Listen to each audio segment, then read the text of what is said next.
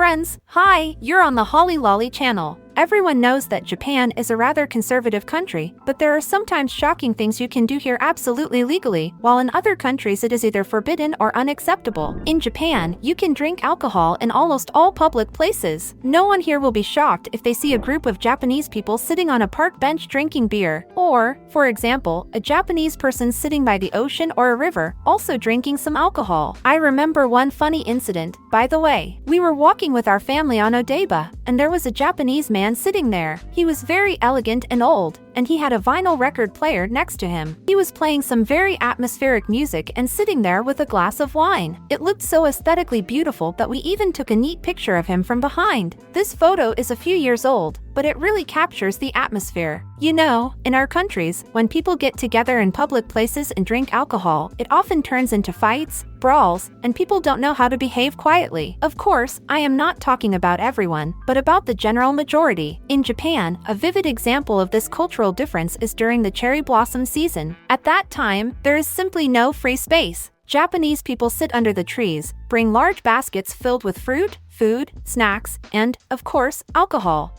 Yet it is all so cultured and quiet because the Japanese, even if they drink a little, remain cheerful, talkative, and not violent at all. That's why drinking alcohol in public places is allowed here. I know that in countries like the USA and Europe, it is forbidden, and in the USA there is even a large fine for drinking alcohol in public. In those countries where it is allowed, drinking usually takes place in bars, restaurants, or at special events. That's why foreigners who see how calmly people in Japan drink alcohol on the streets are often shocked. Despite the lack of strict prohibitions on this matter, some areas of large cities may have signs prohibiting the drinking of alcohol at certain times or in specific places, such as temples or subway stations. But in Japan, the rules for drivers who decide to drink before driving are very strict. Compared to other countries, Japanese laws simply do not leave any chance for this behavior, which, in my opinion, is a huge plus. Just a few sips of beer are enough to break the law. And you know what else is interesting? It's not just the driver who had a taste of alcohol who gets penalized, but also the passengers in the same car. Since they knew the driver had consumed alcohol but got into the car anyway, the punishment applies to everyone. In Japan, it's legal to marry cousins. This is commonplace here. Unlike in many Western countries, where it is considered taboo, in Japan it is even encouraged. Some traditional families believe that this strengthens family ties. In Japan, you can sue someone for a negative review on the internet. Imagine you wrote some negative things to some blogger in the comments and then you get sued. Okay, of course I'm kidding. Have you ever left some bad review about a restaurant or store? For example, the service was terrible or the food was bad. This is very common in most countries, and companies usually learn to live with negativity, even if it is unjustified. But in Japan, it's not that simple. Here, you can sue someone for a negative review. Even if you wrote the truth, but did so bluntly or rudely, it may not be appreciated and could be regarded as slander. If an establishment with a good reputation suffers damage from such a review, the reviewer can be sued for defamation. In Japan, reputation and honor are taken very seriously. It's not just about what you say, but also how it might affect the company or person. Japan allows for a minimal distance between houses. Of course, this country is known for its high population density, especially in big cities like Tokyo and Osaka.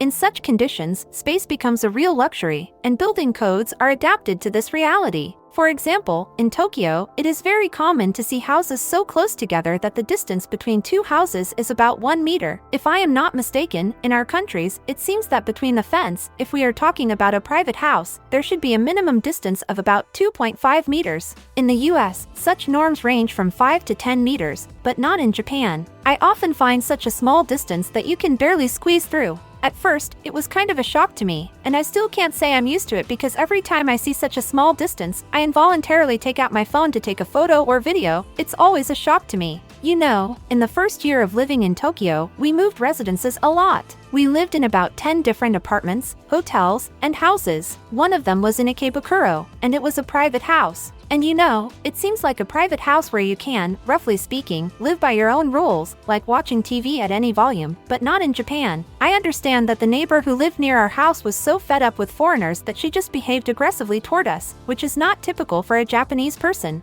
In Japan, you can't make any noise after 9 p.m., and one day we were coming home late, but it wasn't 9 p.m. yet. We were just walking to our private house and talking. I could have been talking to my sister, or my husband, or the kids, but I wasn't yelling, I was talking like I'm talking to you right now. And many times, the neighbor would open her window at that point and say something unpleasant to us. You know, once I wanted to tell her to look at the clock and see that it wasn't 9 yet, but of course, I didn't want to get into any trouble because I didn't need conflicts. But honestly, I deeply resented it in my heart that I was going to my private house, not talking loudly, and it wasn't even 9 o'clock in the evening, yet she made a remark to me. She repeatedly and unhappily opened her window during the day as well. For example, we were just walking, and I asked my husband if he had taken the keys. And I wasn't even yelling. I take this to mean that even when renting a private home in Japan, you still have to abide by all the rules of silence, rules of good neighborliness, and no noise. Even if you wanted to play music in the evening louder than allowed, it could get you in trouble with the police. We had such printouts posted everywhere in the rooms where we lived, where the landlord asked us not to make noise and to talk in a whisper. In Japan, there are some foods that are allowed to be grown or consumed, but in other countries, they are either banned or cause serious controversy. For example, the fugu fish we all know. In many countries, the sale and consumption of fugu fish are prohibited or very limited. For the Japanese, it is almost a ritual, although the danger always remains. Fugu is a fish that can kill if not cooked properly because it contains a deadly poison. It's a toxin that paralyzes the muscles, and there is no antidote. But in Japan, it's a real delicacy. It is only prepared by licensed chefs who have undergone long and complicated training to know exactly how to remove the dangerous parts of the fish. In Japan, it is safe to try horse meat, especially raw, which is served as sashimi. For the Japanese, it is a common food without any negative associations. But in many countries, eating horse meat is either forbidden or controversial in various ways. Another product that may seem strange to foreigners is pickled Japanese vegetables. These do not always, but sometimes may use special chemical additives or preservatives that help extend their shelf life. Some of these additives are allowed in Japan but are banned in other countries because of health risks. Honestly, when I looked up such information, I was very surprised because Japan is known as a country that is so careful about the health of its citizens, yet such a preservative is allowed here. I wonder what you think about this and what it is related to. I took this information from several sources and double-checked it, but I'm still very surprised. Maybe you know why such preservatives are allowed in Japan. Write in the comments below this video what you think. I'll be very interested to read. Office work in Japan has one unique feature that will definitely surprise people from other countries. It is the ability to sleep in the workplace. In other countries, you could be reprimanded or even lose your job for doing this, but here it is called an imuri, which literally means to be present while sleeping. In Japan, it is taken as a sign that a person has worked very hard, so hard that they just need to recharge. Japanese people very often overwork, stay late at the office, and try to be helpful to the team. Many simply don't have time to rest, so sleeping at work becomes the solution. A few minutes of sleep, and you can continue working. This attitude is different from Western countries, where sleeping on the job would be a big problem. And here, many offices even have separate restrooms where employees can take a nap. You know, locals often sleep not only at work. I literally see people sleeping on the subway or even right on the street every day. People work so hard that they catch every possible moment to rest on their way home or somewhere else, even if it's on public transportation.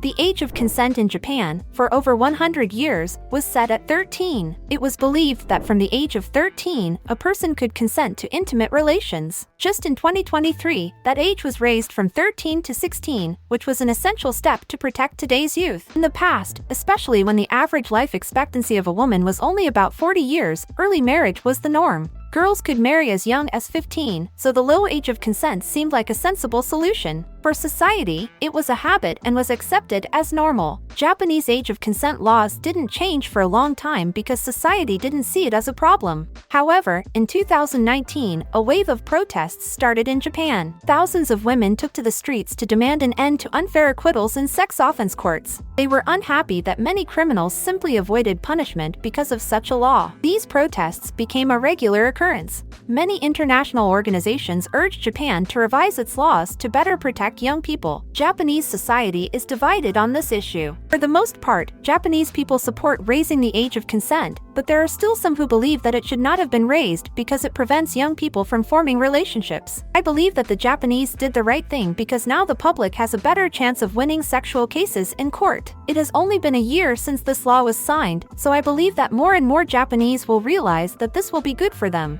I wonder what you think about this. Write in the comments. Friends, thank you all so much for watching. I hope you learned something new from this video. Be sure to write in the comments your impressions and maybe you know some more shocking facts about Japan. I will be very interested to read. Please like this video, subscribe to the channel, and see you in new videos. Bye bye!